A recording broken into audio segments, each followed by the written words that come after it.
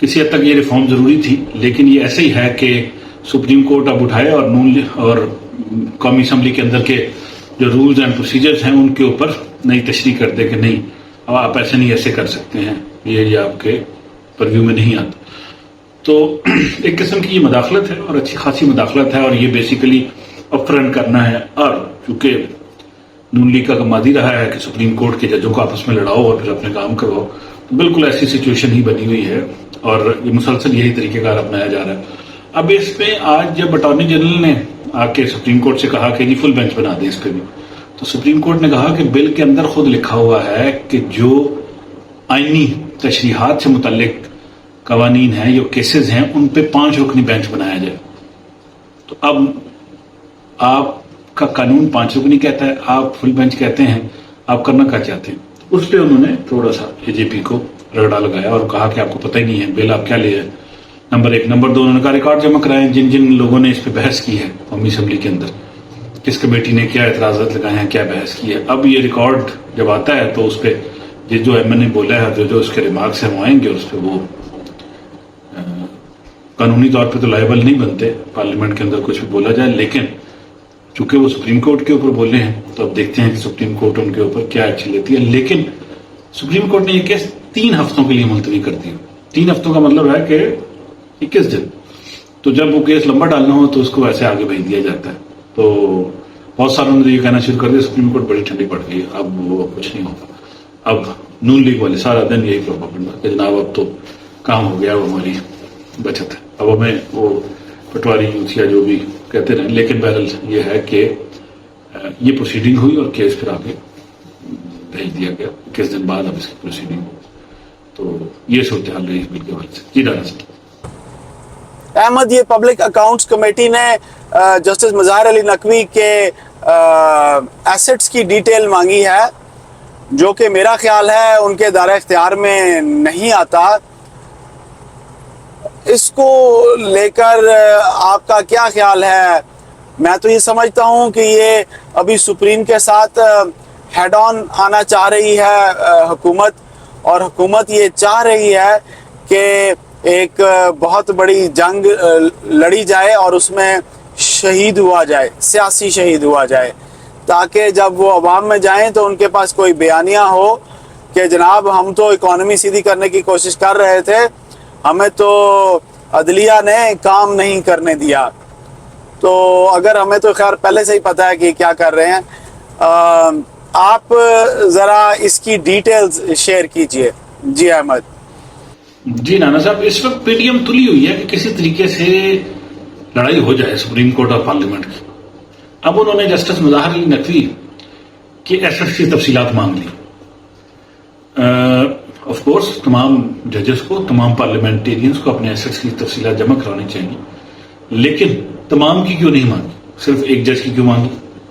کیونکہ وہ چاہتے ہیں کہ اس ایک جج جو کہ جس سے اکثریت بن جاتی ہے چیف جسٹس کی، 15 میں سے 8 ان کے حامی ہیں، 7 نون لیگ نے اپنی سائڈ پہ کیے ہوئے ہیں، پی ٹی ایم نے اپنی سائڈ پہ کیے ہوئے ہیں. اگر ان کو سائڈ پہ کر دیا جائے تو پھر کام فارغ ہو جاتا ہے. تو اب یہ تقریباً ڈیوائڈ جو ہے وہ سویئر کرنے کے لیے ان کے فیملی کے ایسٹس کی تفصیلات مانگی گئی، یا پھر اس کو رگڑا جائے گا، میڈیا پہ چلایا جائے گا. میں آپ سے عرض کروں، نام نہیں لیتا رانا صاحب، میں آپ کو ایک واقعہ بتاتا ہوں. میں ایک دفعہ قومی اسمبلی کے اسپیکر کے آفس میں گیا تو وہاں پہ 3 ایم این اے، بڑے ایم این اے، وزیر لیول کے نون لیگ کے، وہ آئے ہوئے تھے اور وہ تفصیلات مانگ رہے تھے کہ عمران خان صاحب نے کتنے دن پارلیمنٹ میں شرکت کی ہے اجلاس میں. تفصیلات مانگتے رہے. اب میں سوچ رہا تھا شام تک یہ تفصیلات مل جائیں گی، کو P T M press conference کرے گی، P T A Noon League press conference کرے گی، خان صاحب کے خلاف پریس کانفرنس ہوگی تو خبر آ جائے گی، تو ہم بھی اس کو کریں گے. شام کو ایک چینل کے رپورٹر کی طرف سے وہ خبر فائل ہوئی، میں نام نہیں لیتا. جب وہ چینل کی خبر کی طرف سے رپورٹ فائل ہوئی تو مجھے پھر اندازہ ہوا کہ نون لیگ کا پورا سیل، پی ٹی اے بھی یہ کرتی ہو، جا کے انفارمیشن اکٹھی کرتے ہیں. بیوروکریسی میں ڈھیروں لوگوں کو یہ کیا گیا کہ آپ جہانگیر ترین کے خلاف، عمران خان کے خلاف ایسٹس کی تفصیلات لے کے ان کے خلاف کیسز بنائیں. اس بندے کو ایف بی آئی کا چیئرمین بعد میں لگا دیا گیا، تو میں نام کہہ لوں. اسی طریقے سے ان رپورٹر صاحب نے وہ خبر شام کو چینل چلا دی. میں نے خود بھی سنی، میں بڑا حیران ہوا کہ خبر اکٹھی کرتا ہے نون لیگ کا ایم این اے اور وزیر لیول کا آدمی، اور شام کو چلتی ہے چینل کے اوپر. تو میں کل بھی ران صاحب ہم یہ بات کر رہے تھے کہ چینل پورے کے پورے میڈیا سیل بنے ہوئے ہیں، اسی طرح پی ٹی آئی والوں نے یہ کیا ہوا ہے. تو اس وقت حال کوئی نہیں رہ گیا ران صاحب. جو اس وقت میڈیا کی جو کہہ لیں کہ پارٹیزن والی سچویشن ہے، پارٹیاں کونے ملی ہوئے، بہت ہی بری صورتحال ہے. معذرت کے ساتھ ہمارا میڈیا بھی بالکل ان کے ہاتھوں میں کھیل رہا ہے، اور اس طریقے سے ملک میں بگاڑ ہی پیدا ہوتے ہیں، ملک اچھے طریقے سے چلتے نہیں، پارشلٹی نہیں رہتی، گروتھ نہیں ہوتی، ٹیلنٹ نہیں آگے آتا، چور بازاری ضرور ہوتی ہے، اور ایسے کچھ ہوتی ہے. جی رحمت صاحب. عمران خان صاحب نے ایک سٹیٹمنٹ دی جس میں انہوں نے پاکستان آرمی کے ایک سرونگ آفیسر کو لے کر بہت فضول بات چیت کی، اور پاکستان آرمی کی طرف سے بھی پہلی دفعہ بڑا سخت ری ایکشن آیا، اور D G I S P R نے ایک سٹیٹمنٹ ایشو کی کہ سیاستدانوں کو چاہیے کہ وہ بغیر ثبوت کے سیاسی عزائم کو حاصل کرنے کے لیے آپ فوج کو تنقید کا نشانہ نہ بنائیں.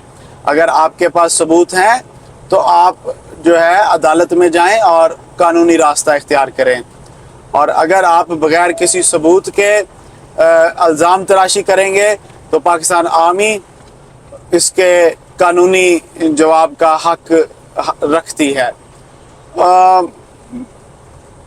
میرا نہیں خیال کہ وہ عدالتوں میں جائیں گے عمران خان صاحب کے خلاف، لیکن میرا خیال ہے ابھی عمران خان صاحب کو تھوڑا میچور ہو جانا چاہیے، اور جیسے کہ میں ہمیشہ کہتا ہوں کہ باجوہ فوبیا سے باہر آ جائیں. پلیز گرو اپ.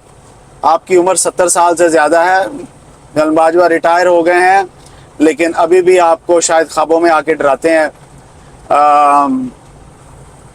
چلتے ہیں احمد کے پاس اور ان سے ڈیٹیلز پوچھتے ہیں کہ وہ اس بارے میں کیا خیال رکھتے ہیں. جی احمد. جس میں انہوں نے ایک حاضر آرمی سروس جو ہے سینئر افسر ان کے بارے میں کافی باتیں کی، جس پہ پرائم منسٹر نے بھی پھر ان کو رگڑا، اور آج آئی ایس پی آر نے ان کے خلاف واضح اسٹیٹمنٹ دے کے یہ کہا کہ پی ٹی آئی کے چیئرمین جو ہیں وہ بے بنیاد الزام لگا رہے ہیں، ایسی کوئی بات نہیں. اس سے پہلے بھی باجوہ صاحب پہ بھی کافی الزامات لگتے رہے اور ڈھیروں ساری باتیں ہوتی رہیں. میں یہ عرض کروں کہ سیاستدان جب اس کام میں پڑ جاتے ہیں کہ کسی سے فیور لینے کے لیے انتہائی درجے تک آگے چلے جائیں، اور کسی پہ الزام لگانے میں بھی پھر انتہائی درجے پہ آگے چلے جائیں، اگر وہ یہ کام نہ بھی کریں تو وہ آرام سے سیاست کر سکتے ہیں، ان کو کوئی نہیں روکتا. ووٹ لیتے ہیں، سیاست اپنی پارٹی میں عہدے پہ آتے ہیں، ملک کو سرو کرتے ہیں، اور جہاں کہیں ان سروس کے لیے دفاع کی جو بھی مدد کرنی پڑے وہ سارے کرتے ہیں، کوئی اس پہ چوکتا نہیں ہے، غلط نہیں کرتا. لیکن ایک محاذ بنا لینا کسی بھی، جیسے اس وقت پی ڈی ایم نے جوڈیشری کے خلاف محاذ بنایا ہوا، خان صاحب نے اسٹیبلشمنٹ کے خلاف ایسا عجیب سا محاذ کریٹ کیا بلا وجہ کا. اب وہ اس کو وہ کھینچتے جاتے ہیں، ہر چوتھے دن ان کے زبان سے کوئی نہ کوئی ایسی چیز نکل آتی ہے جس کا کئی دفعہ حقیقت سے تعلق بھی نہیں ہوتا. وہ اس پہ وہ کھیلنا شروع کرتے ہیں، وہ کھیلنا شروع کرتے ہیں، پھر لوگ مذاق اڑانا شروع کر دیتے ہیں. تو میرا نہیں خیال کہ یہ کوئی عقل مندانہ یا کوئی میچور سوچ ہے. میرا خیال ہے کہ خان صاحب کو اس سے ہی should grow out of it, اس چیز سے نکل آنا چاہیے، اور اپنی سیاست اپنے ووٹ کی بیس کے اوپر سیاست کرنی چاہیے، اس سے ملک چلانا سیکھیں. یہ نہیں ہو سکتا کہ مجھے ہر چیز کر کے دیں، مجھے ہر چیز کر کے دیں. میرا خیال ہے یہ کوئی پازیٹیو مثبت اور کہہ لیں اچھا پہلو نہیں ہے سیاست کا کہ آپ ہر چیز کے اندر جو ہے وہ گھسیٹ کے لے آئیں کہ انہوں نے یہ کر دیا، انہوں نے وہ کر دیا. مجھے آج بھی یاد ہے ایک چھوٹا سا مکالمہ تھا، ایک بچے نے مجھ سے پوچھا کہ اسٹیبلشمنٹ یہ کرتی ہے وہ کرتی ہے، تو وہ ایک شہر کرنے والے میں نے کہا تمہیں یہ بتاؤ تمہاری شہر کی میونسپلٹی میں اسٹیبلشمنٹ کا کوئی رول ہے؟ اس نے کہا نہیں. میں نے کہا ایجوکیشن میں، تعلیم، صحت، ان شعبوں میں؟ اس نے کہا نہیں. سڑکیں بنانے میں؟ اس نے کہا نہیں. تو میں نے کہا تمہاری زندگی کے کسی شعبے میں اسٹیبلشمنٹ کا مجھے کوئی رول نہیں نظر آ رہا، تمہیں بھی نہیں نظر آ رہا، اور تم بلا وجہ بحث کرتے جا رہے ہو.